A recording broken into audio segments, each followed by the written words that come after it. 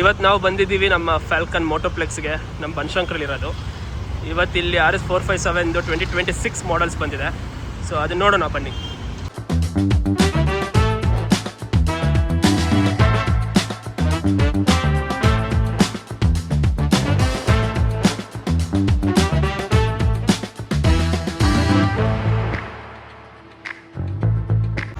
So ಇಲ್ಲಿ ನೋಡ್ಬೋದು ನೀವೆಲ್ಲ SR ಮಾಡಲ್ಸ್ ಇದೆ.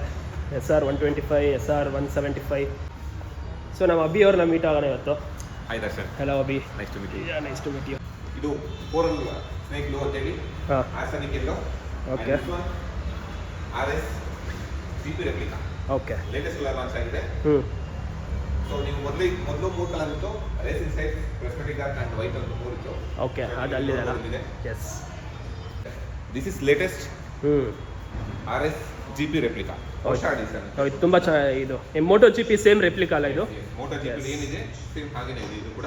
ಓಕೆ. ಇದರ ಎಂಟೈರ್ ಬಾಡಿ ಮೇಲೆ ನಮ್ದು ಮೋಟೋ GP ವೆಹಿಕಲ್ ಮೇಲೆ ಯಾವ್ದು ಸ್ಪಾನ್ಸರ್ಸ್ಗಳಿದ್ದಾರೆ ಎಲ್ಲಾರ್ದು ಸೇಮ್ ಎಲ್ಲರೂ ಹಾಗೆ ಇದಾರಲ್ಲ? ಓಕೆ. ಎಲ್ಲ ಸ್ಟಿಕ್ಕರ್ಸ್ ಕೂಡ ಸ್ಪಾನ್ಸರ್ ಸ್ಟಿಕ್ಕರ್ಸ್ಗಳಿದ್ದಾರೆ.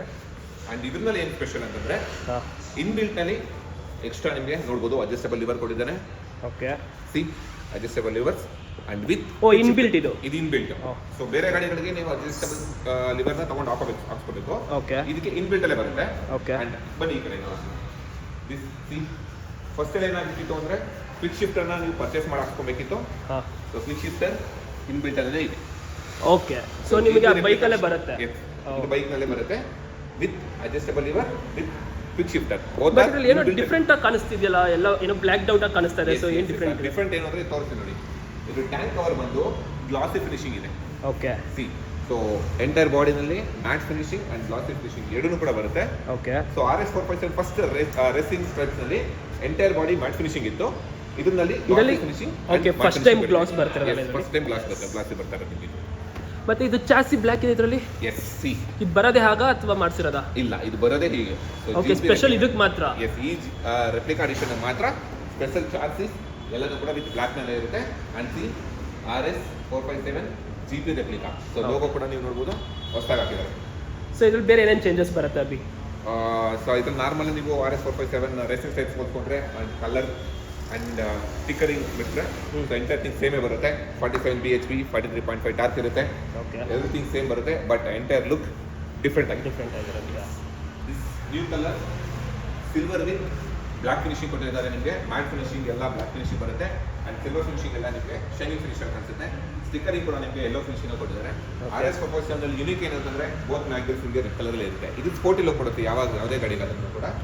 ಅಂಡ್ ಸೇಮ್ ಹೌದು, ಕಾಂಟ್ರಾಸ್ಟ್ ಆಗಿ ಕಾಣಿಸ್ತಾ ಇದೆ ಇದು ಸ್ವಲ್ಪ. ನಂಗೆ ಗೊತ್ತಿರಂಗೆ ಇದು ನಾನು ಆಸಿಡ್ ಎಲ್ಲೋ ನೋಡಿದ್ದೆ ಅನ್ಸುತ್ತೆ. RS660 ಅಲ್ಲಿ ಇತ್ತು. ಎಕ್ಸಾಕ್ಟ್ಲಿ RS660 ನಲ್ಲಿ ಇತ್ತು. ಸೊ ಅದೇ ಕಲರ್ ಅನ್ನ ಇವಾಗ RS457 ನಲ್ಲೂ ಕೂಡ ಲಾಂಚ್ ಮಾಡಿದ್ದಾರೆ ಹೊಸದಾಗಿ. So my favourite guys, this is my favourite. RS660 ನಲ್ಲಿ ಸೇಮ್ ಕಲರ್ ಇದೆಯಲ್ಲ? ಎಸ್. ಕೋರಲ್ ಸ್ನೇಕ್ ಗ್ಲೋ ಅಂತ ಹೇಳಿ ಕಲರ್ ನೋಡಬಹುದು ನಿಮಗೆ, ಯೂನಿಕ್ ಆಗಿದೆ. ಸೊ ಇದು ಸತಿ ಅಪ್ರಿಲ್ ಇಂದ ಹೊಸ ಕಲರ್ ಅನ್ಸುತ್ತೆ, ಬ್ಲೂ. RSV4 ಅಲ್ಲಿ ಇದೆ, 660 ಅಲ್ಲೂ ನೋಡ್ತಾ ಇದೆ. ಅಂಡ್ RS457 ಅಲ್ಲೂ ಕೂಡ ಸೇಮ್ ಕಲರ್ ಲಾಂಚ್ ಮಾಡಿದ್ದಾರೆ. ಸೇಮ್ ಥಿಂಗ್, ಈ ಗಾಡಿ ಅಂಡ್ ಈ vehicle both are same features ನ ಹೊಂದಿರುತ್ತೆ. ಅಂಡ್ ಕಲರ್ ಡಿಫರೆನ್ಸ್ ಆಗಿದೆ ನಿಮಗೆ. ಸೊ ಲುಕಿಂಗ್ ಮ್ಯಾಗ್ನೆಟ್ಸ್ ಗಳು ಅಗೇನ್ ರೆಡ್ ಇದೆ, ಇದಕ್ಕೂ ರೆಡ್ ಇದೆ. ಇದಕ್ಕೂ ರೆಡ್ ಬರುತ್ತೆ. And body shape. So mileage ಅಲ್ಲಿ ಏನಾದ್ರು ಚೇಂಜಸ್ ಇದೆಯಾ? Nothing sir, same. RS457 first ಏನು ನಾವು ಮೈಲೇಜ್ ಟ್ರೈ ಮಾಡ್ತಿದ್ವಿ ಸೇಮ್ ಬರ್ತಿದೆ. ಸೇಮ್ ಥಿಂಗ್ ಎಲ್ಲದಕ್ಕೂ ಈ 3 ವೆಹಿಕಲ್ ಕೂಡ ಮೈಲೇಜ್ ಸೇಮ್ ಇದೆ.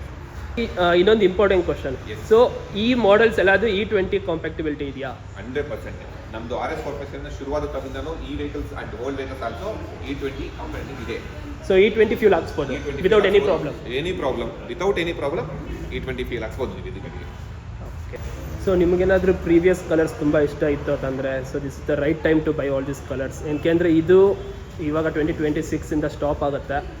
ಸೊ ಎಷ್ಟು ಸ್ಟಾಕ್ ಇದೆ ಅಲ್ಲಿವರೆಗೂ ಮಾತ್ರ ಈ ಕಲರ್ ಸಿಗುತ್ತೆ ನಿಮಗೆ.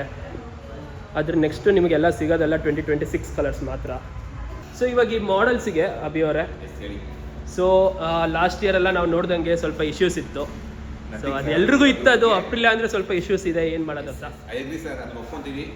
ಯಾವುದೇ ರೀತಿ ಇಶ್ಯೂಸ್ಗಳು ಇವಾಗಿಲ್ಲ. ಕಂಪ್ನಿ ಅದೇ ಕಾರಣಕ್ಕೋಸ್ಕರ ಎಕ್ಸ್ಟೆಂಡ್ ವಾರಂಟಿ ಜಾಸ್ತಿ ಮಾಡ್ತು. 3 ಇಯರ್ ಇಂದ 4 ಇಯರ್ ಮಾಡ್ಕೊಟ್ವಿ. ಅಂಡ್ ಯಾವುದೇ ಇಂಜಿನ್ ನಾಯ್ಸ್ ಅಥವಾ ಇಂಜಿನ್ ಏನೇ ಪ್ರಾಬ್ಲಮ್ ಬಂದರೂ ಕೂಡ ಕಂಪನಿ ಫ್ರೀ ಆಫ್ ಕಾಸ್ಟ್ ನಲ್ಲಿ ವಾರಂಟಿನಲ್ಲಿ ಅದನ್ನ ಫ್ರೀ ಆಗಿ ಸ್ಟಾರ್ಟ್ ಔಟ್ ಮಾಡ್ಕೊಂಡಿದೆ.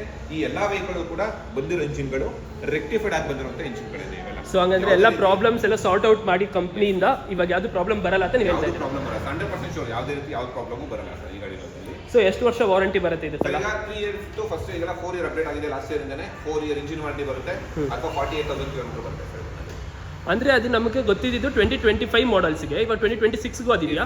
2026 ಮಾಡಲು ಕೂಡ 4 ಇಯರ್ ಇಂಜಿನ್ ವಾರಂಟಿ ಅಥವಾ 48,000 ಕಿಲೋಮೀಟರ್ ಇಂಜಿನ್ ವಾರಂಟಿ ಬಂದೇ ಬರುತ್ತೆ ನಮಗೆ. ಓಕೆ. ಸೊ ಅಭಿ ಇನ್ನೊಂದು ಇಂಪಾರ್ಟೆಂಟ್ ಕ್ವಶನ್ ಎಲ್ಲರೂ ನೋಡ್ತಿರೋರಿಗೆ, ಸೊ ಆನ್ ರೋಡ್ ಪ್ರೈಸ್ ಎಷ್ಟಿರ್ಬೋದು, ಇಲ್ಲ ಎಕ್ಸ್ ಶೋರೂಮ್ ಪ್ರೈಸ್ ನಿಮಗೆ ಗೊತ್ತಿದ್ರೆ? ಶೋರ್ on road price ex showroom ಪ್ರೈಸ್ನ ಆದಷ್ಟು ಬೇಗ ರಿವೀಲ್ ಮಾಡ್ತೀವಿ. ಯಾಕಂದ್ರೆ 2026 ಮಾಡಲ್ ಗಾಡಿಗಳಿಗೆ ಯಾವುದೇ ರೀತಿಯ ಪ್ರೈಸ್ ಅಫಿಷಿಯಲ್ ಆಗಿ ನಾವು ಲಾಂಚ್ ಮಾಡಿಲ್ಲ. ಕಂಪ್ನಿಯವರು ಆದಷ್ಟು ಬೇಗ ಹೇಳ್ತಾರೆ, ಸೊ ನಾವು ಕೂಡ ನಿಮಗೆ ಆದಷ್ಟು ಬೇಗನೆ ಪ್ರೈಸಿಂಗ್ ಹೇಳ್ತೀವಿ ಸರ್. ಓಕೆ. ಸೊ ಇನ್ನೊಂದು, ಇವಾಗ ಅಕಸ್ಮಾತ್ ಬುಕ್ಕಿಂಗ್ ಮಾಡಿಸ್ಬೇಕು ಅಂದರೆ ಓಪನ್ಸ್ ಇದೆಯಾ, ಮತ್ತೆ ಎಷ್ಟು bookings? Always already bookings open ಆಗಿದೆ. ಸೊ ಈ ಕಲರ್ ಆಗ್ಬೋದು ಅಂದ್ರೆ GP ರೆಪ್ಲಿಕಾ ಆಗ್ಬೋದು. 10,000 ರುಪೀಸ್ ಬುಕಿಂಗ್ ಅಮೌಂಟ್ ಇರುತ್ತೆ. ಡೈರೆಕ್ಟ್ ಶೋರೂಮ್ ವಿಸಿಟ್ ಮಾಡಿ ಫಾಲ್ಕನ್ ಮೊಬೈಲ್ಸ್ಗೆ ವೆಹಿಕಲ್ ಬುಕಿಂಗ್ ಮಾಡ್ಕೊಳ್ಳಿ. ಆದಷ್ಟು ಬೇಗ ನಿಮ್ಮ ವೆಹಿಕಲ್ ಅಲರ್ಟ್ ಆಗುತ್ತೆ, ಆದಷ್ಟು ಬೇಗ ನಿಮ್ಮ ವೆಹಿಕಲ್ ಡೆಲಿವರೀಸ್ ಕೂಡ ಸಿಗುತ್ತೆ. ಸೊ ಡೆಲಿವರೀಸ್ ಯಾವಾಗಿಂದ ಸ್ಟಾರ್ಟ್ ಆಗ್ಬೋದು ಸರ್? ವಿತಿನ್ ವೀಕ್ ಅಥವಾ ವಿತಿನ್ 10 ಡೇಸ್ ಒಳಗೆ ನಿಮ್ಮ ವೆಹಿಕಲ್ ಅಲಾಟ್ಮೆಂಟ್ ಸಿಗುತ್ತೆ. ವಿತಿನ್ 10 ಡೇಸ್ ಒಳಗೆ ನಿಮ್ಮ ವೆಹಿಕಲ್ ಡೆಲಿವರಿ ಕೂಡ ಸಿಗುತ್ತೆ. ಓಕೆ.